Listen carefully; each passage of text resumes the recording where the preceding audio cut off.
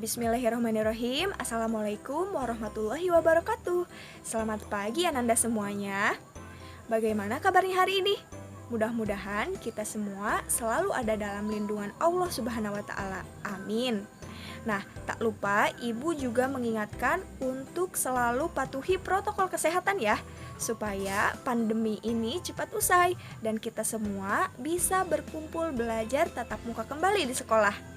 Ya, nah hari ini kita akan melanjutkan pembelajaran di tema 2, subtema 1, pembelajaran 6. Nah, Ananda semua, adakah yang masih ingat pada pembelajaran sebelumnya kita belajar apa?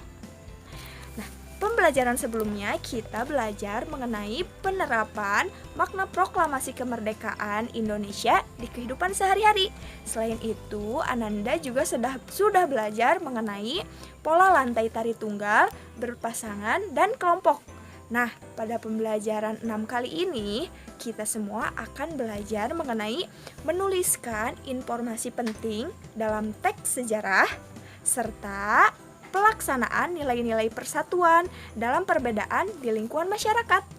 Nah, supaya menambah keberkahan dalam pembelajaran kali ini, untuk itu mari kita berdoa terlebih dahulu sesuai kepercayaan masing-masing. Berdoa dimulai. Berdoa selesai. Mudah-mudahan ilmu yang kita pelajari hari ini bisa bermanfaat dalam kehidupan kita sehari-hari. Simak video Ibu. Apabila ada pertanyaan, silahkan utarakan pada kolom komentar. Selamat belajar semuanya. Sudah sangat lama bukan kita tidak upacara bendera ya? Nah, salah satu petugas pada upacara bendera yakni pengibar bendera.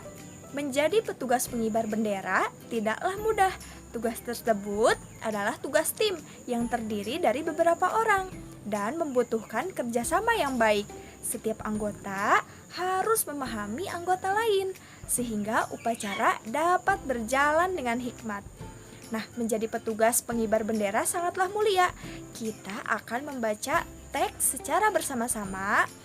Teks sejarah yang berjudul Pengibar Sangsaka Merah Putih.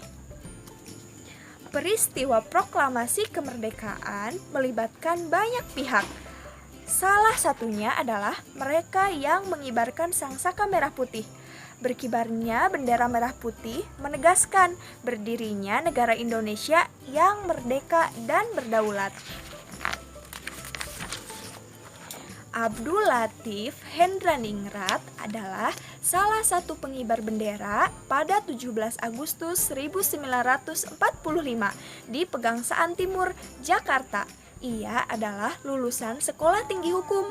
Saat menjadi mahasiswa, ia mengajar bahasa Inggris di beberapa sekolah menengah swasta, seperti yang dikelola oleh Muhammadiyah dan perguruan rakyat. Ia juga ditugaskan ke New York untuk memimpin rombongan tari. Abdul Latif Hendraningrat pernah menjadi pasukan pembela tanah air atau disingkat dengan PETA dan ikut dalam berbagai pertempuran.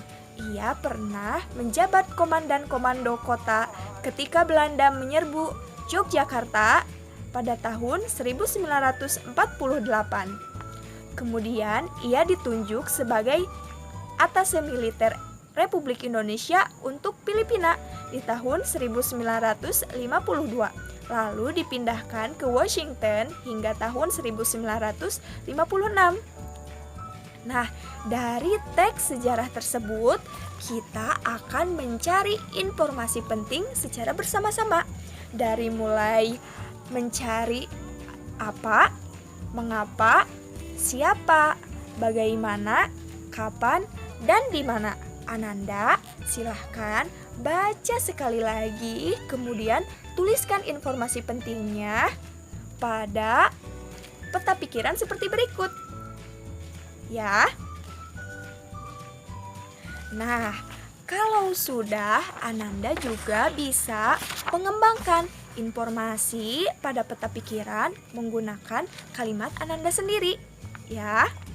Sudah mendapat bukan informasi pentingnya? Ya, ada 6 poin penting terkait teks sejarah yang berjudul Pengibar Sang Saka Merah Putih. Ya, informasi yang kalian dapat tentu itu sangat berguna untuk wawasan kebangsaan kita ya. Nah, untuk selanjutnya kita akan mengetahui terkait pelaksanaan nilai-nilai persatuan dalam perbedaan di lingkungan masyarakat. Nah, hari ini perbedaan pada manusia terkait suku bangsa, agama, budaya di masyarakat menciptakan keberagaman ya. Nah, keberagaman menjadikan masyarakat kita semakin kaya dan dapat saling belajar. Perbedaan yang disatukan dalam kerukunan dapat menjadi kekuatan sebuah bangsa. Inilah alasan mengapa kerukunan penting untuk menciptakan persatuan. Rukun berarti bersedia memahami dan menerima perbedaan di sekitar kita. Nah, kalian bisa hidup rukun dari hal terkecil, yakni hidup rukun dalam keluarga kalian. Rukun bersama kakak kalian, bersama adik kalian, bersama orang tua kalian ya. Nah, kemudian kita beranjak rukun di kehidupan masyarakat. Nah, selain itu, nilai-nilai persatuan dalam perbedaan perlu diterapkan dimanapun. Nah, baik di rumah, di sekolah, maupun di masyarakat ya. Nah, di lingkungan masyarakat, kita perlu bersikap peduli. Kita harus membantu tetangga atau kawan kita yang memerlukan bantuan.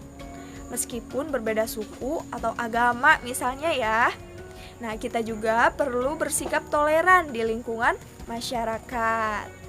Nah, Ibu akan memberikan contoh kegiatan pelaksanaan nilai-nilai persatuan dalam perbedaan di lingkungan masyarakat. Nah, contoh yang pertama, membantu korban bencana alam tanpa melihat latar belakang mereka. Ya, ketika terjadi bencana, apakah kita harus bertanya terlebih dahulu, kamu orang mana? Kalau misalkan bukan orang Banjar tidak akan ditolong. Wah, itu tentu sikap yang salah bukan? Nah, yang kedua, mempersilahkan orang lain untuk beribadah sesuai agamanya masing-masing.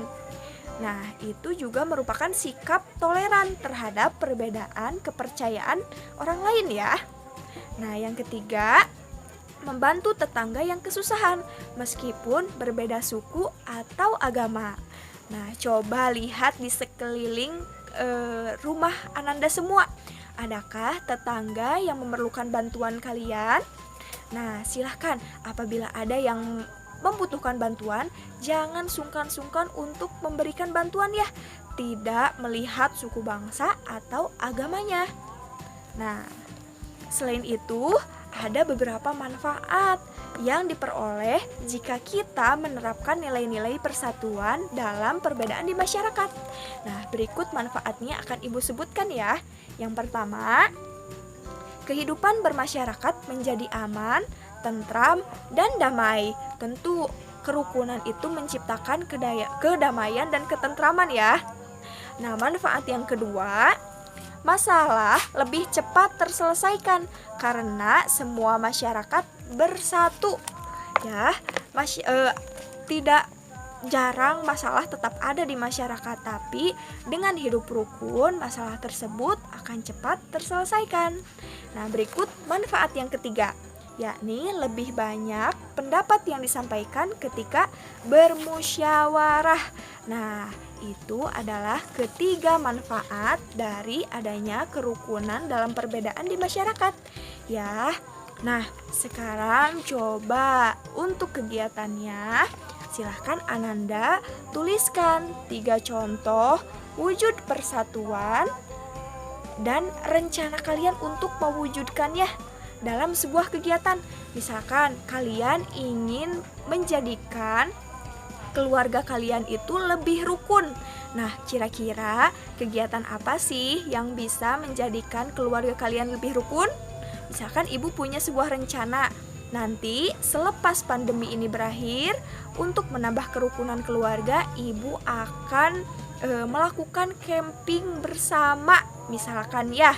Nah, itu camping bersama tersebut bisa menumbuhkan rasa kerukunan antar sesama anggota keluarga. Nah, coba di sini Ananda, adakah yang punya rencana kegiatan untuk menjadikan keluarga lebih rukun? Nah, silahkan kalian tuliskan wujud persatuannya dan rencana kegiatannya ya. Nah, oke, mengerti? Apabila ada yang ditanyakan, silahkan tulis di kolom komentar. Ya, alhamdulillahirrabbilalamin, pembelajaran pada tema 2 subtema 1 pembelajaran 6 sudah selesai. Ananda semua tentu sudah mendapat wawasan yang banyak ya pada pembelajaran hari ini. Nah, dari mulai Ananda mencari informasi penting pada teks sejarah yang berjudul Pengibar Sang Saka Merah Putih. Selain itu juga Ananda tadi belajar menerapkan nilai-nilai kerukunan dalam perbedaan di lingkungan masyarakat. Nah, sebelum mengakhiri pembelajaran, Ibu ada satu pertanyaan. Coba, manfaat apa lagi yang didapat dari dibentuknya hidup rukun atau manfaat dari terjadinya kerukunan di masyarakat? Nah, coba tuliskan satu saja contoh manfaatnya pada kolom komentar ya. Nah, terima kasih yang sudah menuliskan manfaatnya pada kolom komentar. Nah, alhamdulillahirrabbilalamin, pembelajaran sampai di sini. Selamat menyimak videonya baik-baik dan catat pada buku catatan hal-hal pentingnya ya. Sekian dari Ibu. Assalamualaikum warahmatullahi wabarakatuh.